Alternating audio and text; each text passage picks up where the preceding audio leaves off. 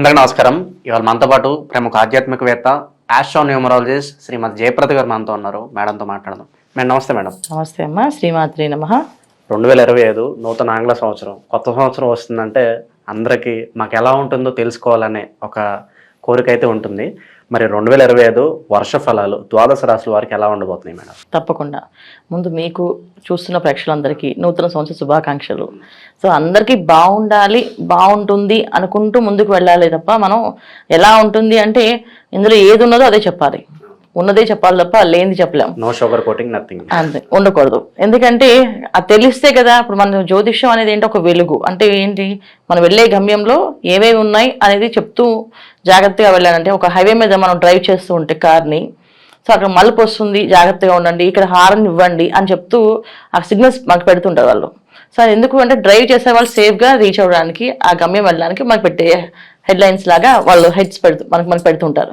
అలాగా జ్యోతిష్యం కూడా ఏంటంటే సైన్స్ అనేది ఏంటంటే ఇది ఏ పని ఎలా చేయాలి, ఎప్పుడు చేయాలి అనేది ఇంపార్టెంట్ అనమాట. సో ఈ సంవత్సరంలో తెలుసుకోవాలనుకునే అందరూ ఏంటంటే సంవత్సర వర్ష ఫలితాలు అన్నది ఏంటంటే ఉగాది నుంచి తెలుసుకునేవాళ్ళం. సో ఉగాది నుంచి ఎందుకు తెలుసుకున్నామంటే చెప్పే పంచాంగ శ్రవణం ఎవరైతే చెప్తున్నారో వాళ్ళు ఒక దేవాలయంలో కూర్చొని ఒక మంత్రశక్తితో జపము చేసుకొని వాళ్ళు ఆ నోటితో చెప్తూ ఉంటే ఎవరికైనా ఫలితాలు మంచిగా వచ్చేస్తుండేవి.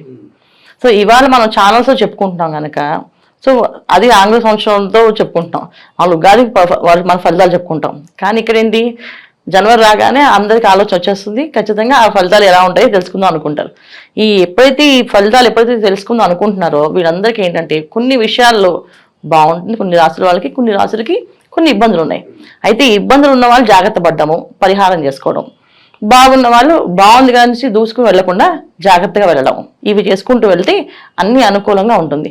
అయితే ఏ రాశుల వాళ్ళకి బాగుంది, ఏ రాశుల వాళ్ళు బాగాలేదని మనం చెప్పుకుందాం. మేడం 2025లో ఓవరాల్గా మీన రాశి వారికి ఎలాంటి ఫలితాలు ఉండబోతున్నాయి, గ్రహస్థితి ఎలా ఉంది, ఎలాంటి రెమెడీస్ చేసుకుంటే బాగుంటుంది అంటారు? తప్పకుండా మీనరాశికి 2025 అనేది చాలా యోగ్యంగా బాగుందని చెప్పాలమ్మా. ఎందుకంటే ఏ పని చేసినా వీళ్ళకి అనుకూలంగా ఉండడానికి గత సంవత్సరం నుంచి రాహు ఎప్పుడైతే మీనరాశి ఉన్నారో ఆ పని అనుకున్న పని అనుకున్నట్టు కాకుండా అది వేరే విధంగా మారుతుంది. నిత్యం పూజా పునస్కారం చేసే వాళ్ళకి పూజా పునస్కారం చేసే టైంకి వాళ్ళు దానికి మించడానికి అధిగమించి అది మానేసి వెళ్ళడానికి ఏదో ఒక ప్రయత్నం పని చేస్తుంటుంది. అంటే ఒక మంచి నిత్యం పూజ చేసుకునే వాళ్ళకి వాళ్ళు అక్కడి నుంచి లేపాలంటే ఏం చేయాలి, వాళ్ళు తెలిసిన వాళ్ళ ఎవరికో ఆరోగ్య సమస్యలు వస్తే వీళ్ళు ఖచ్చితంగా ఆ పూజను పక్కన పెట్టి వెళ్తారు. ఎందుకంటే వాళ్ళు పూజ తప్ప ఇంక ఏది ముఖ్యం కాదు, దేవుడే ముఖ్యం, వాళ్ళు చేసిన పూజే ముఖ్యం అనుకునే వాళ్ళకి బయటికి వెళ్ళాలి అంటే ఏ ప్రయత్నంతో వెళ్ళాలి, వాళ్ళ ఇంట్లో వాళ్ళకో తెలిసిన వాళ్ళకో వాళ్ళు అనుకునే బాగా ఆత్మబంధువు అనుకునే వాళ్ళకి ఏదైనా ఇబ్బంది వచ్చింది అంటే అప్పుడు వాళ్ళు ఆ పూజను పక్కన పెట్టి వెళ్ళాలి. అలాగా గత సంవత్సరం నుంచి మీనరాశి వాళ్ళకి వాళ్ళ ముఖ్యమైన పని ఏదైతే చేస్తున్నారో ఆ ముఖ్యమైన పని పక్క తప్పిస్తున్నారు. ఆ పని చేయనీయకుండా అడ్డంకులు వస్తూనే ఉన్నాయి. శుభ్రంగా జలసా చేసి తిరిగే వాళ్ళకి ఆ జలసాలను బంద్ చేసి ఇంట్లో పూజలు పునస్కారాలు చేయించేవాళ్ళు. అంటే 2 రకాలైన ఇబ్బందులు పడ్డారు వీళ్ళు. ఒకళ్ళేమో కొన్ని అంటే ద్విస్వభావ రాశిది, దీంట్లో ఉండే లక్షణాలు ఎలా ఉంటాయంటే కొంతమంది ఏమో చేస్తే అల్టిమేట్గా పూజా పునస్కారం దైవారాధన దైవుడు తప్ప ఇంకెవరితోటి మాట్లాడరు. కొంతమంది దేవుడు తప్ప మాధవ సేవ అనుకుని మానవులకు సేవ చేయడం, అంటే మనుషులతో మాట్లాడడం, వాళ్ళకి కావాల్సిన నీడ్స్ ఫుల్ఫిల్ చేయడము, వాళ్ళతో పాటు తిరగడము, అది చేయడం. ఇంకొకరు మనుషులు లేదు దేవుడు లేరు, వాళ్ళే సెల్ఫిష్ మెంటాలిటీ, అంటే వాళ్ళతోటే మాకే కావాలి, మేమే హ్యాపీగా ఉండాలి, నేను నా ఫ్యామిలీ హ్యాపీగా ఉండాలి అని తిరిగేవాళ్ళు.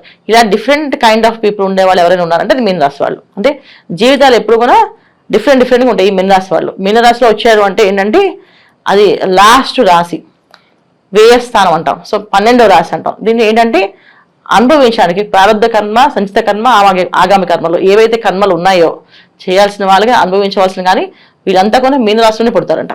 సో మీనరాశిలో పుట్టడం అనేది ఏంటంటే వాళ్ళు అనుభవించడానికి, అది మంచి అవ్వచ్చు చెడు అవ్వచ్చు ఏదైనా కావచ్చు, అవి అనుభవిస్తున్నారు, వాళ్ళు బాధపడుతున్నారు అంటే అది మీనరాశి అయితేనే జరుగుతుంది. సో ఈ రాశిలో రాహు వస్తే పాపగ్రహం, పూర్తి శుభగ్రహమైన మీనరాశికి అధిపతి గురువు, పూర్తి శుభగ్రహం. ఇంట్లో పాపగ్రహమైన రాహు వస్తే ఏం చేస్తారు, ఖచ్చితంగా వాళ్ళ ఆలోచనల్ని, వాళ్ళ పద్ధతుల్ని, వాళ్ళ పనుల్ని వాయిదాలు, ఆటంకాలు, ఇబ్బందులు పెడుతుంటాడు, చేస్తూనే ఉంటాడు. ఇది జరుగుతుంది. అయితే ఈ సంవత్సరం ఏంటంటే మార్పు అనేది జరుగుతుంది. ఏ మార్పు జరుగుతుంది, ఇక్కడ మే నుంచి రాహు మారుతున్నాడు, శని భగవానుడు వస్తున్నాడు. సో శని భగవానుడు మీనరాశి రావడం ఏంటంటే ఒక హుందాతనము, ఖచ్చితంగా క్రమశిక్షణ, మళ్ళీ వాళ్ళు అనుకునే పనులు సాధించుకోవడము, ఇవన్నీ కొంచెం జరుగుతాయి. ఎప్పటి నుంచి అవి? మార్చి 30 తర్వాత. అంతవరకు కాస్త మిశ్రమ ఫలితాలే ఉన్నాయి. ఇక్కడ గురువు బాగున్నప్పటికీ కూడా గురువు ఒక ఇచ్చిన ఎనర్జీస్ ఏవైతే ఉన్నాయో వీళ్ళకి అంత అనుకూలంగా లేవు. సో గురువు మే తర్వాత మారుతారు. సో చతుర్థ స్థానంలో గురువు వెళ్ళడం వల్ల వీళ్ళకి అన్ని ఆటంకాలు లేకుండా, ఇబ్బందులు లేకుండా జరుగుతాయి. అంటే ఏంటి? మెయిన్ కుటుంబ సభ్యులతో విరోధాలు వచ్చి, మాట పట్టింపు వచ్చి, మాట్లాడకుండా ఉండే వాళ్ళందరూ కూడా ఇప్పుడు గురువు చతుర్థ స్థానంలో మారగానే వాళ్ళందరూ వాళ్ళు రావడము, మాట్లాడడము, లేదా ఏదో ఒక కార్యం పెట్టుకొని ఆ కార్యంలో అందరూ కలవడము, ఏదో శుభకార్యం, దైవ కార్యం, ఏదో ఒక కార్యక్రమం ఇంట్లో పెట్టుకొని ఆ కార్యక్రమంలో అందరూ కలిసి మాట్లాడుకోవడం, అంటే పూర్వ వైభవాన్ని మళ్ళీ వీళ్ళు తెచ్చుకోవడం, పూర్వ వైభవం వీళ్ళకి రావడం అనేది చతుర్థ స్థానంలో గురువు రావడంతో అవుతుంది. సో అలాగే శని భగవానుడు మీనరాశి రావడం వల్ల ఏంటంటే కాస్తంత మళ్ళీ ఆ వీళ్ళకి చేసుకోవాలనుకునే పనులు ఆలస్యం అవ్వడము, వాళ్ళంతా వాళ్ళు చేయలేకపోవడము, చేద్దాంలేని వాయిదా వేయడము, ఇవి కూడా కాస్తంత జరుగుతాయి. సో ఇక్కడ మిశ్రమ ఫలితాలు చెప్పాలా, శుభ ఫలితాలు చెప్పాలంటే మిశ్రమ ఫలితాలే చెప్పాలి. ఎందుకంటే శని భగవానుడు మీనరాశిలో రావడం ఒకటి, అది మిశ్రమ ఫలితమే. చతుర్థ స్థానంలో గురువు రావడం మంచి ఫలితమే. అయితే ఏంటంటే ఈ 2 గ్రహాలు యోగించవు.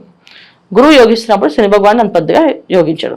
సో శని భగవానుడు యోగించాలి అన్నా, గురువు యోగించాలన్నా వీళ్ళు ఖచ్చితంగా ఒక దైవ ప్రార్థన, దైవారాధన చేసుకుంటూ ఒక క్రమశిక్షణమైన జీవితాన్ని, ఎందుకంటే మీనరాశి వాళ్ళు సూర్యోదయం పూర్వమైన నిద్ర లేచి పనులు మొదలు పెడితే, ప్రారంభం చేస్తే శని భగవానుడు యోగిస్తాడు. ఏదైనా పూజా కార్యక్రమాలు, శుభకార్యాలు చేస్తుంటే గురువు యోగిస్తుంటారు. సో వీళ్ళిద్దరూ యోగించాలంటే ఈ 2 పనులు వీళ్ళు చేయాలి. అంటే ఎలా చేయాలి? రోజు నిత్య జీవితాన్ని కాస్తంత మార్చుకోవాలి.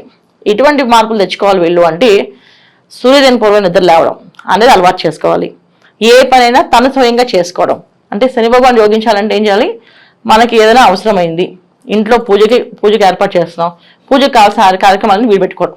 జనరల్ ఏంటంటే భార్య సర్దితే భర్త వచ్చి పూజ చేసుకోవడం అది జరుగుతుంటుంది. అలా కాకుండా వీళ్ళు చేసుకోవడం. అలాగే షాపుల్లో పనిచేసేవాళ్ళు, అయితే షాప్స్ ఉన్నవాళ్ళు, వ్యాపారాలు, చిన్న వ్యాపారాలు చేసేవాళ్ళు, వాళ్ళ సెంటర్ వాళ్ళు తీసుకోవడం, వెళ్ళి పొద్దున్నే ఒక నమస్కారం, దేవుడికి దీపం వెలిగించి నమస్కారం చేయడం, కాస్త పనులు ఎవరంటే పిల్లలకి అప్పచెప్పకుండా వీళ్ళు చేయడం, ఇలా చేసుకుంటూ వెళ్తే అనుకూలంగా మారుతాయి. నేను ఓనర్ని, నువ్వు వర్కర్వి పని చేయంటే ఇక్కడ శని భగవానుడు యోగించడు. సరే వర్కర్కి అన్నం పెట్టామంటే గురువు యోగిస్తుంటాడు. సో వర్కర్కి అన్నం పెట్టాలి, వర్కర్ని మంచిగా ప్రేమగా చూసుకోవాలి, శని భగవానుడు యోగిస్తాడు. వాళ్ళకి కావాల్సిన నీడ్స్ ఫుల్ఫిల్ చేస్తున్నావా, గురువు యోగిస్తుంటారు. సో ఇద్దరు యోగించాలంటే ఏం చేయాలంటే వీళ్ళు ఒక మానవ సేవ, మాధవ సేవ, మాధవ సేవ, మానవ సేవ అనుకుంటే 2 సేవలు చేసుకుంటూ వెళ్తే మీనరాశి వాళ్ళకి తిరుగులేదు 100%. సంవత్సరం అంతా చేసుకోవడానికి వీలుగా మరి మీనరాశి వారికి ఏదైనా రెమెడీస్ ఉంటే తెలియజేయండి. తప్పకుండా శివారాధన, శివాభిషేకం, నిత్యం రుద్రాభిషేకం చక్కగా చేయించుకోవడం. అంటే దగ్గర దేవాలయం ఉన్న వాళ్ళు ప్రతినిత్యం అభిషేకం జరుగుతుంటే కాస్త వెళ్ళి ఆ అభిషేకం అయినంత వరకు నించొని నమస్కారం చేస్తూ ఆ స్వామివారిని చూస్తూ అభిషేకం అంతా అయినా ఆ తీర్థం తీసుకొని బయటకు వస్తుంటే అనుకూలంగా మారుతుంది. వీళ్ళు పొద్దున్నే లేచి వెళ్ళినందుకు శని భగవానుడు యోగిస్తాడు, అక్కడ గురువు అక్కడ అభిషేకం చేస్తూ ఆ తీర్థం తీసుకున్నందుకు గురువు యోగిస్తుంటాడు. సో శని భగవానుడు గురువు ఇద్దరు యోగించాలంటే వీళ్ళు చక్కగా ప్రతినిత్యము సూర్యోదయం పూర్వం నిద్ర లేవడము, చక్కగా వాళ్ళ పని వాళ్ళు చేసుకుంటూ ఒకరి మీద ఆధారపడకుండా, ఒకరిని హెల్ప్ అడగకుండా, మీరు చేయమని చెప్పి ఆర్డర్స్ వేయకుండా, అంటే హెల్ప్ అడగకూడదు అలాగే ఆర్డర్ వేయకూడదు, ఈ 2 చేయకుండా వీళ్ళు పనులు చేసుకుంటే అన్ని యోగ్యంగా ఉంటాయి. ఆర్థిక అభివృద్ధి, ఉద్యోగంలో లాభాలు, వ్యాపార అభివృద్ధి, తర్వాత వివాహ ప్రయత్నాలు చేస్తారు, వివాహం అవ్వడము, మంచి ప్రయత్నము, తర్వాత సంతానం యోగము, అన్ని రంగాల్లో బాగుంటుంది. అయితే అన్ని రంగాల వాళ్ళు చేయాల్సిన పని ఏంటంటే, పరిహారం ఏంటంటే వాళ్ళ పనులు వాళ్ళు చేసుకోవడం, అది చేసుకుంటే బ్రహ్మాండంగా ఉంటుంది. 2025లో ఓవరాల్గా మీనరాశి వారికి ఎలాంటి ఫలితాలు ఉంటాయి, అలాగే మీరు చేసుకోవాల్సిన రెమెడీస్ తెలియజేసినందుకు ధన్యవాదాలు. నమస్తే అమ్మా. శ్రీమాత్రే నమః.